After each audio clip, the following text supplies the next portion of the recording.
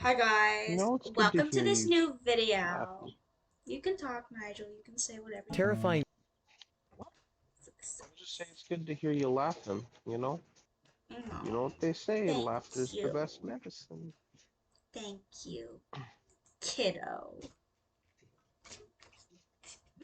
I'm older than you. Why are you calling me kiddo?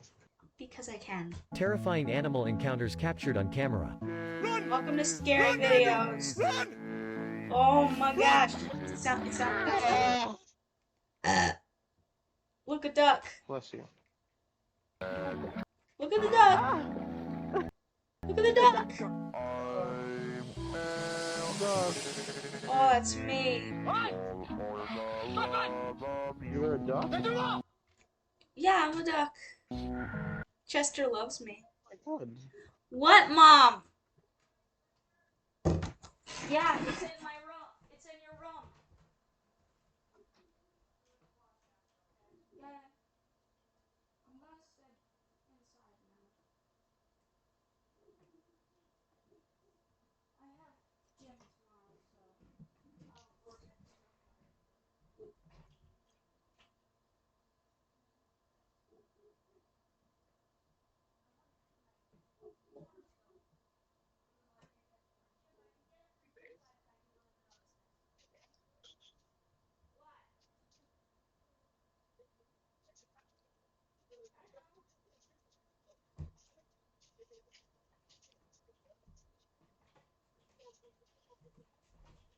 Alright, guys. I didn't pause the video, but who's gonna watch this video? It's not very popular. Anyways. Wait, stuff like that. We're growing. Huh? We're growing in people. We're growing in. Well, not the You recent shouldn't. videos. I think it's you that they're here for. Really? Yeah, I think they're here for you. Oh, Don't well, watch that's these good. two I clips guess. together. It won't be a stylish marriage. I can't afford a carriage. But you look sweet upon a seat of a bicycle built for two. Daisy, Daisy, bid me your answer do. I'm half crazy over the love of you. It won't be a stylish marriage. I can't afford a carriage. But you look sweet upon the seat of a bicycle built for two. I like your cut, G.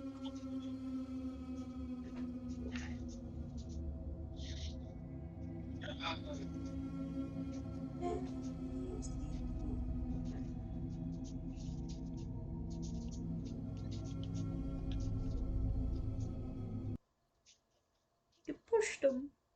It's like, worst two tsunamis put to scale.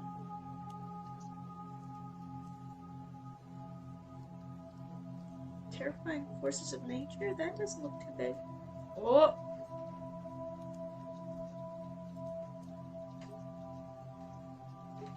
Oh.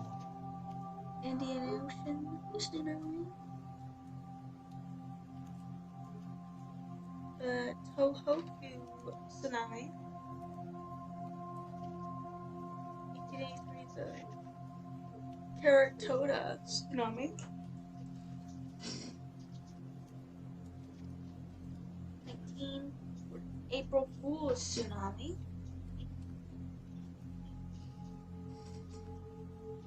April Fools. Bowen's Was Neptune. it just like, haha, get pranked? Oh, Entire get city's gone, pranked! haha. I killed a bunch of people.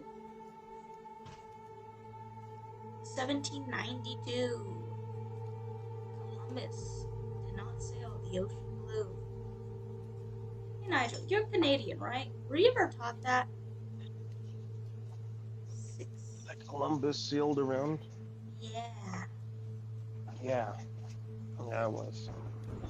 Because he was an asshole. I know. He raped a lot of 1946. he raped a lot of women I mean, of native most men origin. in history, especially U.S. history, have all done that. So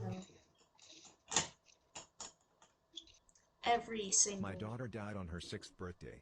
A man just handed me photos of her 7th. I cannot describe to you how I feel right now. What I'm experiencing is so detached from the normal, I'm almost convinced I've finally gone insane. Almost. My wife, B, died during childbirth. She was gorgeous, funny, intelligent, stubborn. A woman whose laugh was so loud eating in restaurants was a challenge, and whose stare was so intense it made my hands shake. I lost her, as she gave birth to our daughter, Sam.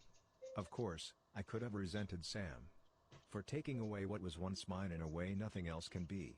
For taking what was so truly and utterly pure. But I didn't. I knew B wouldn't have wanted any resentment. She wouldn't have wanted our only child to have a life ruined by hate. But this isn't about grief. This isn't about the physical sucker punch of losing forever something you loved. This is about something far more sinister. My daughter was Oh, I lively, like these always these running and screaming, voiceovers. leaping up and Ah, down the so climbing so frame, so causing havoc in her so nursery emotional. classes. So for her 6th birthday, a trip with friends to the movies had left her so pent up with energy I could barely keep up with her as she dipped and dodged between people on the pavement. She'd occasionally turn back, through the sea of people and shout "Daddy, come on," in a tone that was almost petulant. I couldn't help but love her. I tried to chase her, I really did. She was too busy looking at me when she dashed out into the road, and the bus didn't have time to stop. A sickening crunch, and the Oh, world fell silent. I cradled her broken No. form in my arms, too numb to weep, too hurt to move. All I could feel was the warm blood gently seep into my clothes. In the state of shock I was in, I could just think about how I was going to wash my jeans. It sounds horrid, I know, but a loss like that tears everything away from you and leaves you with only the bare thought process that make us human. The next week was a blur. I cannot place a single memory to a time, in between friends and family extending their condolences, and the howling sobs of mine that would break out at any moment, a door slamming, the gentle hum of the fridge or voices laughing on the radio. I attended her funeral dressed all in black. By dressed, I don't mean merely clothes, my very essence was dark. I couldn't feel, or think and the day continued as I went through the motions, like a dying man treading water. Everyone wanted to tell me about Sam, and how perfect she was, what an angel she was, as if I didn't know. As if I didn't realize what a gift my own daughter was. The man stood out from the rest, as he walked up to me and handed me this large leather book. I assumed, at the time, he was a parent of one of Sam's friends, handing me a collection of their photos together.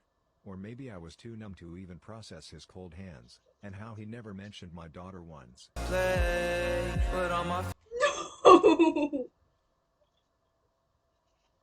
It's the Joker thing again. Day. A man just handed me photos of her 7th. For a month, I was lost. I drank, and stayed in our now empty apartment alone, watching old box sets, too numb now to even cry. It was only when my sister arrived, when she held my hand and talked to me that I began to come out of my shell. She'd sit and listen to the most inane things I said, and gently coaxed me out of my depression. Not completely, but enough for me to begin to live what was almost a real life again. That was when I opened the book. I'd decided to remember Sam for all the joy she gave, and was prepared to reflect on her life without feeling miserable. I opened to the first oh, page. It was essentially this a shit binder, right here full of makes me Polaroid photos of my makes daughter me growing up. really I fucking furrowed my sad. brow. They were taken from a distance, blurred slightly, and I was in a few of them. I began to feel sick, but hoped that the following photos would provide some explanation. I came up I with went every to excuse of how the man obtained these photos, desperate to view the moments of my daughter's life without a sense of trepidation. The photos grew closer and closer to my daughter's birthday. I could see the day I gave her a tiny bike after she turned 5, and the skin knees that ensued. The book had so many more pages, that I assumed the rest were empty. But there was a photo of her just before the movies on her 6th birthday. I could recognize the pink raincoat she insisted on wearing, and my hands on her shoulders. There was no photo of the crash. Instead, her life continued inside this book. Her 7th birthday had a photo of me and her in the garden, covered in paint, with a huge canvas on the floor and an extremely messy painting. Her 7th birthday. Her 7th birthday. The reality of what I was seeing hit me then and I slammed the book shut. I sat there, at the kitchen table staring at the leather. This must be some sadistic Photoshop, I hoped. Someone had taken the time to pull a horrid prank on me.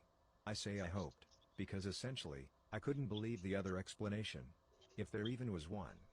Gritting my teeth, I decided I had nothing to lose and kept reading. I can't explain the emotions I felt whilst I read accurately, listening to the sound of the page turning.